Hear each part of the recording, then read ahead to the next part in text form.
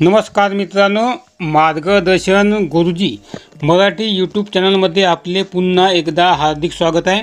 ही वनस्पती तुम्ही ओळखली असेलच किंवा नसेल ओळखली तर नाव सांगतो। याला म्हणतात गुंज। याला मराठीमध्ये गुंज रती या नावाने ओळखतात। हिंदी नाव गुंज, गुंजा, घुंगची, घुंगची, चिरमिटी, माशा, रतिया या नावाने ओळखतात। तुमच्याकडे याला काय म्हणतात ते तुम्ही खाली कमेंटमध्ये लिहा, म्हणजे इतरांना पण माहिती होईल आणि ओळखता येईल। याला कोणत्या भाषेत काय म्हणतात हे जाणून घेण्यासाठी खालील डिस्क्रिप्शन बॉक्स चेक करा किंवा स्क्रीनवर तुमच्या समोर दिसेल।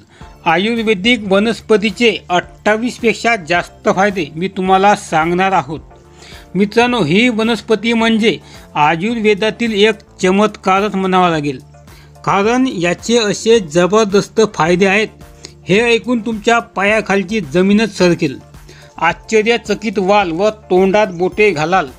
घशाचे विकार, खोकला जाण्यासाठी, आवाज सुधारण्यासाठी, सांधेदुखी, गुडघेदुखी, मानदुखी, पाठदुखी, हातपाय दुखणे, पायाच्या पोटऱ्या दुखणे, घोटे दुखणे आणि कोणत्याही प्रकारची सांध्या संबंधित, स्नायू संबंधित दुखणे असो, महिलांचे रोग म्हणजे रक्तप्रदर व श्वेतप्रदर म्हणजे पांढरे जात असेल, टक्कल पडले असेल डोक्यावर व नवीन केस येण्यासाठी, म्हातारपणामध्ये उत्साह जोश येण्यासाठी, स्टॅमिना टिकविण्यासाठी याचे उपयोग होत असते।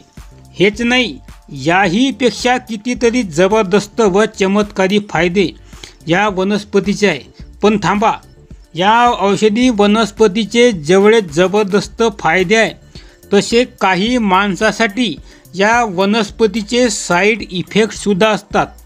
म्हणजे कुणी याचे सेवन करू नये व कोणते साईड इफेक्ट आहे हे सुद्धा या व्हिडिओच्या शेवटी मी सांगणार आहोत। जरी एखाद्या वेळी आयुर्वेदिक औषधांचे जास्त सेवन केले तरी साईड इफेक्ट नसतात, पण अशा काही मोजक्याच आयुर्वेदिक वनस्पती आहे त्याचे जास्तीचे सेवन केले तर साईड इफेक्ट होत असतात। त्यापैकीच ही एक वनस्पती आहे, म्हणून उपयोग करतेवेळी तज्ज्ञाचा सल्ला अवश्य घ्या। तशी ही वनस्पती अनेक रोगांना पळविणारी जीवन संजीवनी आहेत आपल्या हेल्थसाठी। पण आपल्या सभोवताली असे काही आयुर्वेदिक औषध असतात, ते काही प्रकृतीच्या लोकांना चालत नाही, काही प्रकृतीच्या लोकांना ते वरदानापेक्षा कमी नाही। म्हणून आपण हा व्हिडिओ शेवटपर्यंत पाहत राहा, नाहीतर अपूर्ण माहिती घेऊन तुम्ही नुकसानच करून बसाल। म्हणतात ना, कधीही माणसानं अपूर्ण माहिती घेऊ नये। अशा माहितीने आपल्याला ज्ञान होण्याऐवजी संभ्रम निर्माण होतात। कसे करावे, काय करावे काही समजत नाही। मग आपण चुकीच्या पद्धतीने उपचार करून बसतो व फायदा होण्याऐवजी नुकसानच जास्त होते। मग तुम्ही आम्हाला दोष द्याल। पुन्हा एकदा सांगतो, व्हिडिओ शेवटपर्यंत पहा। आवडला तर एक लाईक करा। तुमच्या एका लाईकमुळे आम्हाला पुढील चांगले व्हिडिओ बनविण्यासाठी प्रोत्साहन मिळत असते। जास्तीत जास्त लाईक आणि शेअर करा। नवीन व्हिडिओ पाहण्यासाठी या चॅनलला सबस्क्राईब करा व घंटेचे चिन्ह दाबून ऑल वर क्लिक करा। तर चला सुरू करूया। या गुंज आयुर्वेदिक वनस्पतीचे पान गोडसर असतात व विड्यात वापरतात। म्हणजे आपण जे विड्याचे पान खातो पान टपरीवर, त्या पानामध्ये याचे पानं वापरतात। आता जगात माहीत नाही, पण भारतात या गुंजेच्या एक पांढरी, दुसरी लाल व काळी अशा 3 जाती आहे। औषधी शोधत असता मला हा वेल दिसला, तशी ही लाल गुंज आहे। मित्रांनो, लाल गुंज वापरू नका, कारण लाल गुंज विषारी असते। ती फक्त तांत्रिक कामासाठीच वापरतात, पण आपला हा काही विषय नाही तांत्रिक।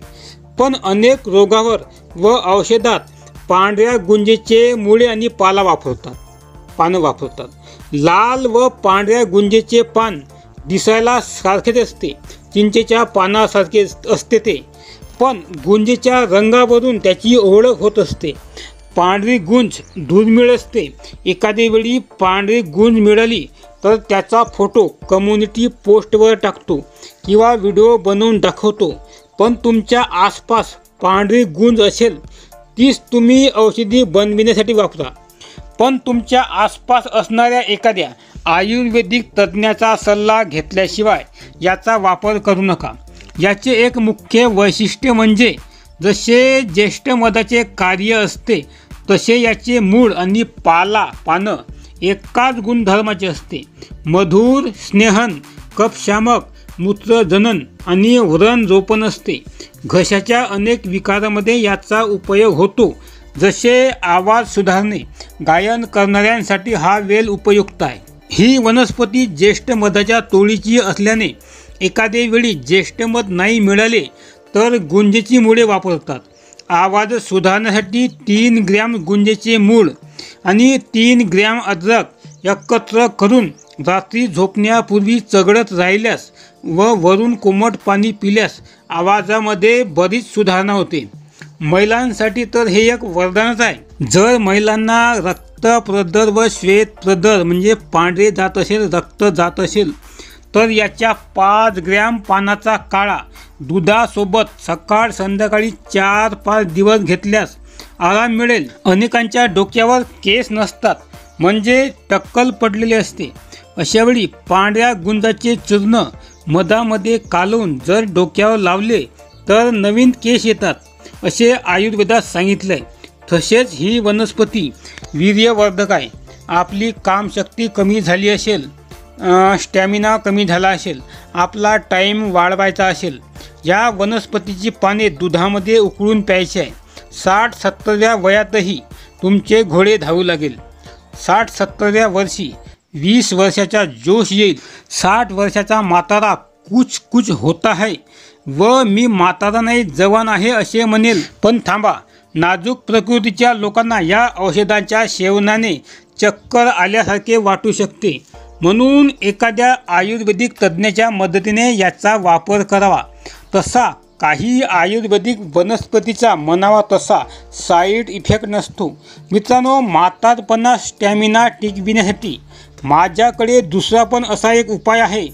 तो व्हिडिओ मी आत्ताच टाकणार नाही, पण तसे तुम्ही खाली जास्तीत जास्त कमेंटमध्ये लिहाल तर लवकरात लवकर मी हा व्हिडिओ अपलोड करणार आहे. मी खाली कमेंटमध्ये लिहा तुम्हाला व्हिडिओ लवकर पाहायचा असेल तर. सोपा घरगुती उपाय आहे. फक्त 2 वस्तू लागेल आणि त्याही आपल्या घरामध्ये उपलब्ध होऊ शकते. फक्त एक वस्तू आपल्या घरात नसेल तरी गावगाड्यामध्ये उपलब्ध होऊ शकते. आपल्याला कोणत्याही प्रकारच्या महागड्या वस्तू किंवा औषधी खरेदी करून आणण्याची काही गरज नाही. अगदी फुकटामध्ये हा उपाय आहे पुढच्या व्हिडिओमधला. लवकरच हा व्हिडिओ तुमच्या समोर हजर करतो. मग ठोका एक लाईक व करा कमेंट. मित्रांनो, तुमचे गुडघे दुखत असेल, कोणत्याही प्रकारची सांधेदुखी तुम्हाला असेल, ज्यांची सारखी कंबर दुखते, पाठ दुखते, अंग दुखते किंवा पाय दुखणे असो, पायाच्या पोटऱ्यात दुखणे असो, घोटे दुखत असेल, मान दुखत असेल आणि कोणतेही स्नायू संबंधी दुखणे असेल तर 1 कप दुधामध्ये 5 ग्रॅम पाला उकळून पिला तरी हे दुखणे कमी होऊन जाईल. किंवा मोहरीच्या तेलामध्ये पानं टाकून उकळून ते तेल दुखणाऱ्या भागावर लावल्यास कोणत्याही प्रकारची दुखणी नाहीशी होईल. केस लांब करण्यासाठी सुद्धा याचा उपयोग केला जातो. गुंजा 50 ग्रॅम, भृंगराज 50 ग्रॅम, इलायची 10 ग्रॅम, जटामाशी 20 ग्रॅम, कूठ 20 ग्रॅम हे सर्व घेऊन कुटून चूर्ण बनवायचे. तिळाच्या तेलामध्ये टाकून उकळायचे. जोपर्यंत ही सर्व सामग्री जळून जाणार नाही तोपर्यंत उकळून घ्यायचे आहे. नंतर आपण उकळून गाळून घ्यायचे व काचेच्या बाटल्यामध्ये भरून ठेवायचे. हे तेल लावल्यास केस गळती कमी होईल आणि केससुद्धा आपले लवकर वाढतील, लांब लचक होईल. हा उपाय 100% फायदेशीर आहे.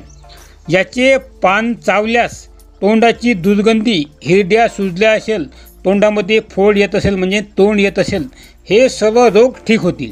खाज खरूज असेल तर याच्या पानाचा रस लावल्यास लवकरच खाज नाहीशी होईल. खोकला व मूत्ररोगात हे फारच रामबाण औषध आहे.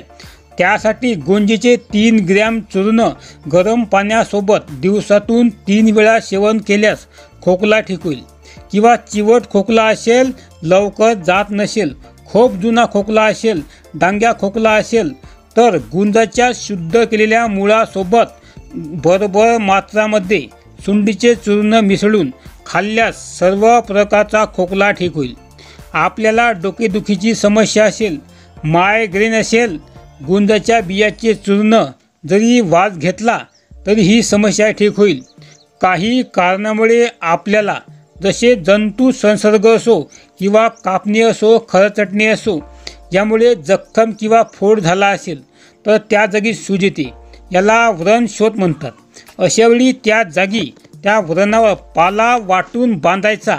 थंडावा येऊन सूज कमी होते व व्रणसुद्धा नाहीसा होतो. मित्रांनो, व्हिडिओ कसा वाटला हे कमेंटमध्ये अवश्य कळवा आणि मगाशी सांगितल्याप्रमाणे व्हिडिओ पाहिजे असेल लवकरच तर नक्कीच लिहा. मित्रांनो, यूट्यूबवर वाजीकरणाबद्दल अनेक व्हिडिओ उपलब्ध असेल, परंतु पुढच्या व्हिडिओमध्ये मी जो उपाय सांगणार आहे हा उपाय यूट्यूबवर माझ्या तरी मतानुसार मराठीमध्ये अजूनपर्यंत कोणीही टाकलेला नाही आहे. पण हिंदीमध्ये 2-4 व्हिडिओ दिसले मला. आम्ही तुमच्यासाठी एवढी मेहनत घेतो जाणीवपूर्वक, मग तुम्ही सुद्धा आम्हाला जाणीवपूर्वक एक लाईक करायला विसरू नका. तुम्ही लाईक केले म्हणजे माझी छाती उंचावते, आम्हाला प्रोत्साहन मिळते व चांगल्यात चांगले व्हिडिओ बनविण्यासाठी हुरूप येते. आणि अशा लोकांना शेअर करा ज्यांना यापासून फायदा होऊ शकेल. नवीन व्हिडिओ पाहण्यासाठी चॅनलला सबस्क्राईब करा व घंटीचे चिन्ह दाबून ऑलवर क्लिक करा. धन्यवाद.